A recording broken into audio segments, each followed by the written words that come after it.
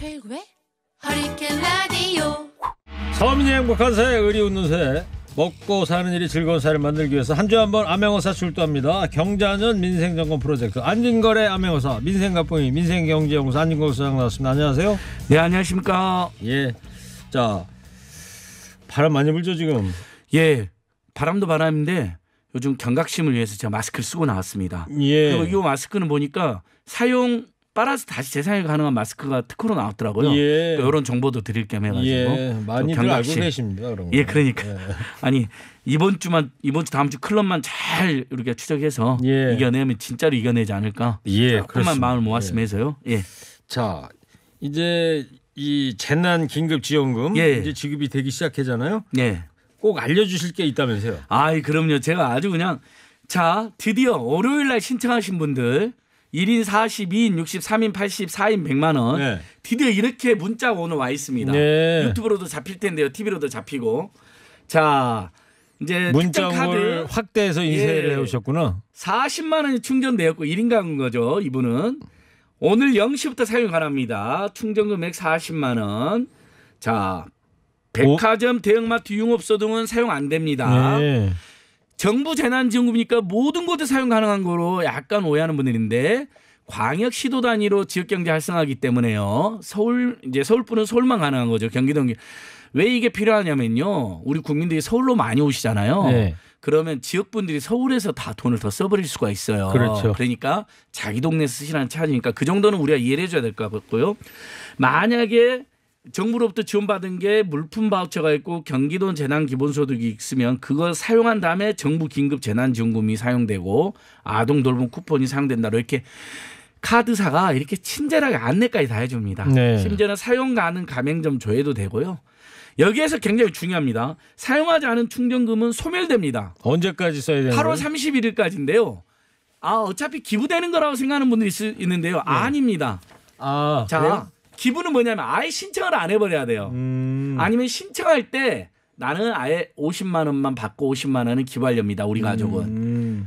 이때는 기부가 되거든요. 소득공제 15%가 적용이 됩니다만 40만 원이나 100만 원 딱 받아놓고 안 써버렸다. 충전을 했는데 예. 안 썼다. 8월 31일까지. 예. 그 소멸이 그럼 되고 소멸되는데 그것은 기부가 안 됩니다. 그 질문 하나 있는데요, 제가. 예. 그 사용해서는 안 될 곳으로 뭐 유흥업소나 대형마트 이런 거 있잖아요. 맞습니다. 근데 그거를 어떻게 알아요? 일단은 우리가 자, 40만 원을 충전 받았어. 예. 100만 원이나. 예. 그 대형마트 가서 썼어. 그럼 신용카드나 체크카드 계산이 안 되는 거예요? 맞습니다. 싹 그게 우리나라가 정말 온라인 강국입니다. 세바 강국이고요. 이미 그런 시스템이 다 갖춰져 가지고요. 저기 죄송한데 이거 좀 방송할 때 발음이 좀 부정확해요. 죄송합니다. 마스크 좀 온라인 벗고. 강국이어가지고 네. 그게 다 자동으로 차단이 되어 있습니다. 예, 안 됩니다. 아예 계산이 안 되게 돼 계산이 안 있어요? 되게 되어 있습니다. 자, 제가 또 재밌는 거 하나 말씀드릴게요. 저는 이제 오늘 충전이 가능한지 제가 알아봤거든요. 근데 해보니까 어제 오늘 우리가 이제 친한 사람들과 제가 해보니까요. 세대주가 아닌 사람들이 딱 신청을 했잖아요. 예. 그 핸드폰에 앱으로도 가능하거든요. 그때 뭐라고 했더니 아세요? 신청 가능자가 아닙니다라고 되어 있어요. 본인 명의로 자, 해볼 경우에 이미 세대주가 아니라면? 아닌 세대주인 분들은 통지가 되어 있는 거예요. 카드 회사에. 세대주가 아닌 사람은 아무리 접속을 해도 안 됩니다. 지금 온라인이나 그러니까 핸드폰이나 PC에서 하는 거잖아요. 네. 안 된다. 그러니까 세대주가 아닌 분들은 시도할 필요가 없다. 다만 지금 세대주가 아파서 누워 계시거나 예. 외국에 계시거나 연로하셔가지고 아니면 아주 심각한 분쟁하에 이제 별거 중이거나 그러면 예. 사실 세대주는 연락이 잘 안 되잖아요. 그 경우는 위임장이나 이의 신청이 가능합니다. 네. 그러니까 이제 그 절차는 또 주민센터나 이런 데 안내를 해서 예. 하시면 되고요. 자, 이번 주 온라인 신청이 좀 불편하신 분들 있잖아요. 기다리십시오. 괜찮습니다. 다음 주 월요일부터는 주민센터하고 은행에서 다 신청이 가능합니다. 그래요? 예. 그러니까 주소지 주민센터 안 가도 돼요? 자기 주소지로 가야죠. 자기 주소지는 찾아가고. 제일 잘하니까 가까우니까. 어차피 8월 30일까지니까요. 오늘 받으나 내일 받으나 일주일에 받으나 비슷하잖아요. 네. 충분히 1인 40만 원, 4인 100만 원이면요. 식료품이라든지 뭐 신발, 옷, 회식 한 번 하면 이렇게 누적 몇 번 하면 다 사용할 수 있는 금액이어서 아마 소멸되는 금액은 거의 없을 겁니다. 네. 근데 만약에 만에 하나 소멸된다 해도 그것도 약간의 또 다른 기부입니다. 그런 일은 없어야 된다고 저는 보는데 왜냐하면 이건 개인의 삶도 도와주고 지역경제 활성화하고 중소상공인 살리자고 하는 거잖아요. 내수경제 활성화하자고. 근데 소멸이 되면 정부로 반납이 되는 거니까 사실 이제 국민 세금으로 다시 반납이 되는 꼴이 되는 거죠. 네. 왜냐하면 이번에 재난지원금 모든 국민한테 주는 것은 정확히 14.3조의 정부 세금이 들어가는 돈입니다. 그러니까 다음 주부터는 이제 주민센터 같은 데서 은행, 가서도 은행. 카드사랑 카드를 충전받으려면 은행에 가면 되고요. 예. 근데 나는 그냥 선불카드 기존의 카드랑 달리 선불카드를 받겠다 그러면 또 카드랑 비슷하게 생긴 선불카드 있잖아요. 예. 교통카드 같이 생긴 거 그걸 줍니다. 주민센터에 예, 그러면 신고를 하면. 광역시도에서 마음대로 쓸 수가 있습니다. 아니, 그러니까 예를 들어서 내가 주소지는 A라는 동네인데 지금 여건상 A까지 가려면 너무 멀어. 이런 왜 우리가 투표하려고 그러면 아무 주소지 사전 투표는 그게 가능한데 주민센터는 해당 주민센터로 가야 될 겁니다. 그거는 반드시 가야 그건 된다. 그래도 또 제가 한번 하기로 했어요. 온갖 경우의 수가 많으니까. 근데 지금 우리 시민들께서 제보를 많이 해주는 게 아이고 나는 기부할 생각 없었는데 기부가 돼버렸다. 그러니까요. 기사도 많이 나오고 있어요. 좋은 일이긴 하지만 헷갈린다. 이건 아닌 것 같다는 글이 많이 올라오잖아요. 그 의도치 않게 잘못 눌러가지고 제가- 기부를 하게 된 경우가 제가 또 많다고 이렇게 그러잖아요. 자 TV에 나오실 겁니다. 화면에 잡혀 제가 또 이렇게 갖고 왔습니다. 앵커님 보이시죠? 요즘 자, 뭐 이게- TV 마인드가 좋으세요. 예. 자 이렇게 자 제가 아까 말씀드렸잖아요. 세대주라는 거 확인되면 이제 재난기부금을 신청해라고 재난지원금 신청하는 코드가 나옵니다. 근데 먼저 약관 동의가 나와요. 근데 약관 동의가 다 좋은데 맨 밑에 기부금 동참이 같이 있는 거예요. 네. 나머지는 필수금 밑에가 선택. 그런데 우리 국민들 어떻게 하십니까? 그러면 모두 선택 누르는 경우가 있잖아요. 맨 밑에 저도 그렇거든요. 네. 안 보고 그냥 전부 동의합니다. 전부 동의를 클릭 해버리거나 경향상 아니면 맨 밑에 모두 동의를 눌러버리면 재난지원금 기부에 동참하시겠습니다로 동참이 돼버리는 거예요. 이래서 이제 국민들께서 일부 골탕을 먹으신 건데. 자, 그래서 네. 실수로 그렇게 하신 분이 계셔. 다시 복구하고 싶으려면 그날 어떻게 해야 밤 돼요? 안에 취소하는 게 설치가 됐습니다. 처음에는 안 된다고 해서 문제가 돼가지고요. 예. 그날 밤 안에 다 취소가 됩니다. 오. 그래서 이제 이 부분은 또 지적이 나왔어요. 아니 그날 바빠갖고 그 다음날 하려고 하는데 왜 그러냐. 그래서 지금 그분도 개선이 될 겁니다. 예. 왜냐하면 기부라는 것은 원래 착한 일도 강제로 하면 기분이 별로 안 좋은 거잖아요. 그렇죠. 우러나와서 해야 되는 거 기부도 마찬가지입니다. 그래서 저는 다 또 하나 제안드립니다. 이렇게 첫 화면에 기부를 두니까 이런 혼동이 발생하는 거잖아요.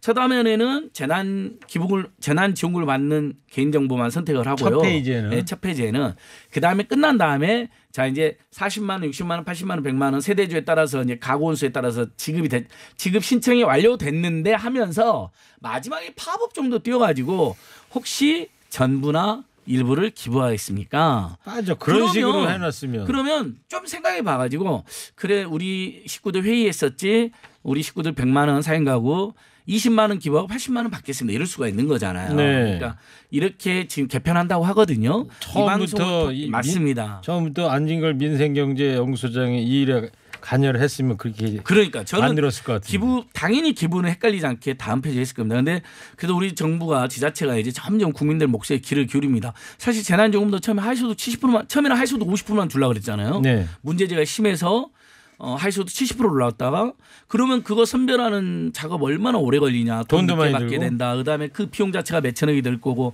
4인 가구 기준으로 급여가 712만 원은 받고 713만 원은 못 받는 이런 황당한 일은 어떻게 하냐 그랬더니 지금 온 국민이 받는 걸로 바뀌었잖아요. 예. 그러니까 이렇게 말이 통하는 정부라는 게 저는 참 다행이고요. 예. 정부 지원금은 온라인 사용이 안 됩니다. 참고로 오프라인 경제 활성화이기 때문에 이제 그런 점 참조해 주시면 될 것 같습니다. 네, 알겠습니다. 자, 지금 방송통신위원회에서 발송한 문자가 하나인데 좀 읽고 가야 될 것 예. 같아요. 재난 의무 방송 생활 속 거리두기. 정부는 체류 자격 없는 외국인에 대해 강제 출국 걱정 없이 무료로 코로나19 검사를 실시하고 있습니다.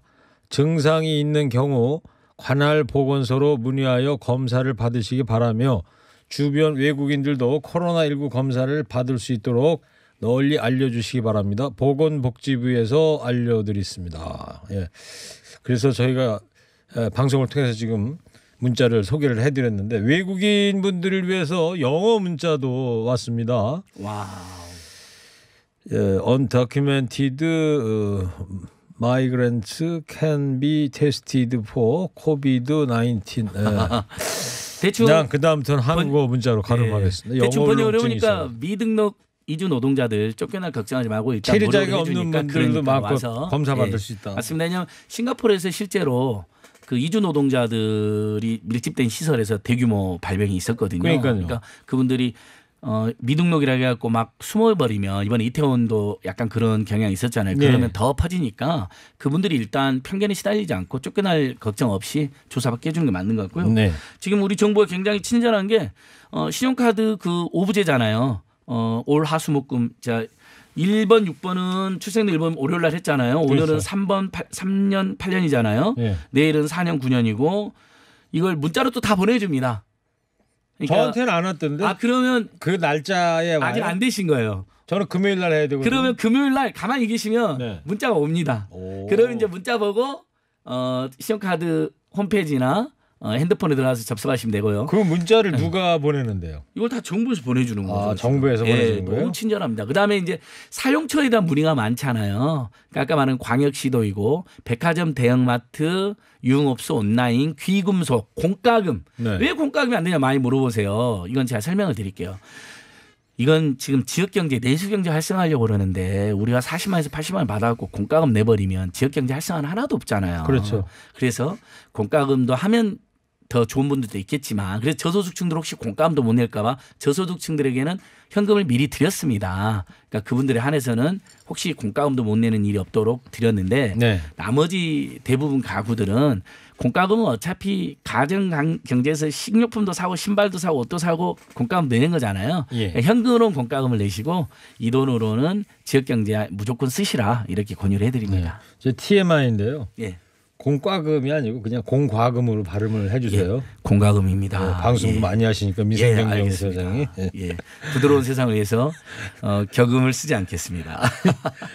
우리 표준 발음법이 그래요. 예, 맞습니다.